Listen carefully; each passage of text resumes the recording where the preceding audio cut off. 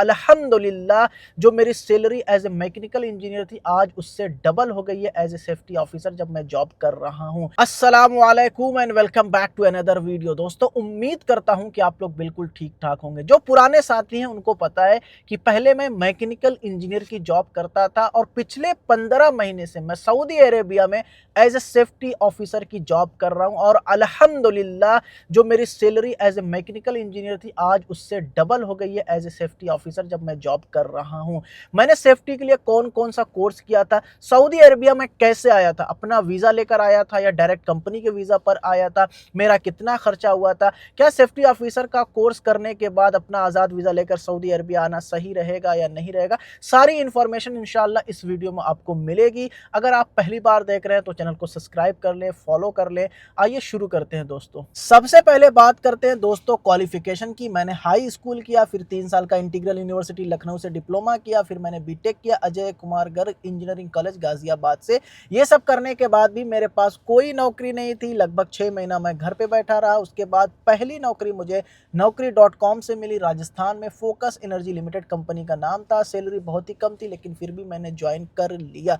1.5 साल वहां पर मैंने काम किया। उसके बाद मैं विजिट वीजा लेकर दुबई पहुंच गया और अल्हम्दुलिल्लाह 3 दिन के अंदर मुझे एक एएमसी कंपनी यानी एनुअल मेंटेनेंस कॉन्ट्रैक्ट कंपनी जो कि फायर अलार्म और फायर फाइटिंग मेंटेनेंस का काम करती थी, उस कंपनी में मुझे साइट इंजीनियर की जॉब मिल गई। सैलरी कम थी फिर भी मैंने ज्वाइन कर लिया और वहां भी लगभग मैंने 1.5 साल काम किया। उसके बाद वापस 2023 में मैं इंडिया आया। पुणे की एक कंपनी थी DCE रेफ्रिजरेशन, बहुत ही ज़बरदस्त कंपनी थी, उसमें मेरा दोस्त काम कर रहा है आज भी।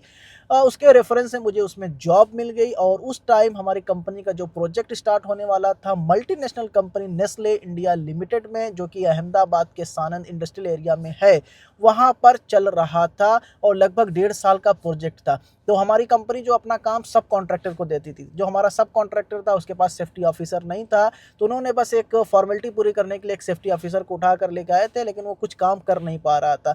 तो मैं एज ए साइट इंजीनियर वहाँ पे सेफ्टी ऑफिसर का भी काम करता था, जैसे वर्क मेथड स्टेटमेंट हो गया, रिस्क असेसमेंट हो गया, लिफ्टिंग प्लान हो गया, और भी सेफ्टी से रिलेटेड सारी चीज़ें करता था मैं। और नेस्ले की जो सेफ्टी की टीम है भाई, उसको सैल्यूट है भाई।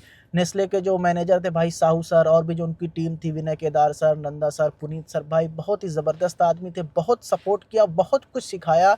मतलब उनसे मैंने बहुत कुछ सीखा। तो उसी टाइम मैंने निबोश कर लिया था, हैदराबाद का एक इंस्टीट्यूट था, एशियन इंस्टीट्यूट करके, पूरा नाम याद नहीं आ रहा है। साथ में HSC स्टेशन से मैंने आयुष और ओशा कर लिया था।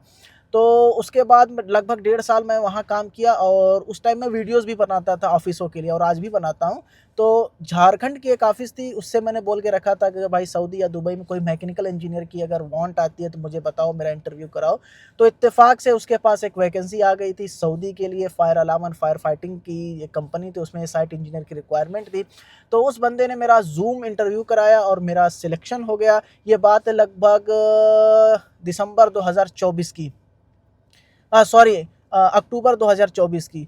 तो उसने इंटरव्यू कराया, इंटरव्यू में मैं पास हो गया। तो ऑफिस का जो सर्विस चार्ज था उस टाइम उसने मेरे से 75,000 लिया, प्लस मेडिकल का खर्चा मेरा था। तो डायरेक्ट मैं कंपनी के वीज़ा पर सऊदी अरेबिया आया था और मेरा जो वीज़ा कैटेगरी था वो इंजीनियर का था, क्योंकि जिस कंपनी में मैं आया था उसने इकामा बनवाया, सऊदी काउंसिलर रजिस्ट्रेशन वगैरह सब कुछ कराया, मेरा इकामा तरतीब किया। और यहाँ पर ना वो भी एमसी कंपनी थी, लेकिन यहाँ पर मुझे सेल्स का भी काम उन्होंने दिया। साइट के साथ साथ आपको सेल्स इंजीनियरिंग का भी काम करना, जाके क्लाइंट पकड़ना है। तो यहाँ मैं लगभग अभी 40 दिन ही मैंने काम किया था और HSC स्टेशन से मैं जुड़ा हुआ था। इत्तेफाक से HSC स्टेशन की तरफ से मुझे कॉल आया कि सऊदी अरेबिया के अंदर ही एक सेफ्टी ऑफिसर की रिक्वायरमेंट है, आप क्लाइंट इंटरव्यू देना चाहते हो क्या, या इंटरव्यू देना चाहते हो क्या। मैंने कहा बिल्कुल, क्योंकि जो सैलरी ऑफर हो रही थी मुझे, जो करंट मेरी सैलरी थी उससे डबल से ज़्यादा ही थी। लेकिन मैं ये सोचा कि भाई 40 दिन हुआ है, पता नहीं मेरी कंपनी मुझे जाने देगी कि नहीं जाने देगी। तो फिर भी मैंने ट्राई किया, अपनी कंपनी से बोला कि मुझे दूसरी जॉब मिल गई है, आपका जो खर्चा हुआ है अगर आप मुझसे वो खर्चा ले लें और मुझे छोड़ दें। तो कंपनी के जो मालिक थे वो रेडी हो गए, उनका जो इकामा वगैरह का पैसा, वीज़ा का पैसा था, मैंने उनको पे कर दिया और उन्होंने मुझे ट्रांसफ़र दे दिया। तब से मैं अभी सेफ्टी ऑफिसर की जॉब कर रहा हूँ। अल्हम्दुलिल्लाह मेरी salary as a mechanical engineer से डबल से ज़्यादा है। और दूसरी चीज़ है, मैंने क्या क्या किया है आपको पहले बता दूं, कि बता ही चुका हूं, प्लस 4 साल का एक्सपीरियंस था मेरे पास। उसके बाद निबोश, आयोश और ओशा ये मैंने किया हुआ था। आयोश और ओशा मैंने HSC स्टेशन से किया हुआ था। और मिनिमम यही 3 चीज़ आपको चाहिए होती है सऊदी अरेबिया के अंदर। और अगर कोई भाई ये सोच रहा है कि मैं निबोश कर लेता हूँ, आयुष कर लेता हूँ, ओशा कर लेता हूँ, उसके बाद एक आज़ाद वीज़ा लेकर यहाँ आ जाता हूँ, तो मैं सजेस्ट करूँगा कि ना आए भाई। अगर यहाँ पे उसका बहुत ही तगड़ा रेफरेंस है तब वो ऐसा कर सकता है। अदरवाइज़ मैं कहूँगा इंडिया में जॉब करो, इंडिया में जॉब करते-करते आप क्लाइंट इंटरव्यू दो, अगर हो जाता है तो वहाँ से डायरेक्ट वीज़ा पर आओ। अपना वीज़ा लेकर आने में ना यार देखो लगभग आपका 10,000 रियाल तो शुरू में ही चला जाएगा। फिर उसके बाद है ना आपको रूम, खाना, ट्रांसपोर्ट, फिर यहाँ पे किसी के यहाँ रुकोगे वो भी अंदर से गुस्सा होता है, मतलब बहुत सारी चीज़ें आप यहाँ पे आओगे फेस करोगे। फिर कोई टाइम नहीं है कि आपको 2 महीना, 4 महीना, 6 महीना कब मिलेगी, कुछ गारंटी नहीं है। तो इससे अच्छा कि आप इंडिया के अंदर जॉब करते रहो और क्लाइंट इंटरव्यू देते रहो, अगर आपका हो जाता है तब आओ। मेरी ये सजेशन है भाई, बाकी ये आपके ऊपर, आप आना चाहते हो आ सकते हो, लेकिन जॉब आसानी से नहीं मिलती है, बहुत स्ट्रगल है मेरे भाई। मिलते हैं नेक्स्ट वीडियो में।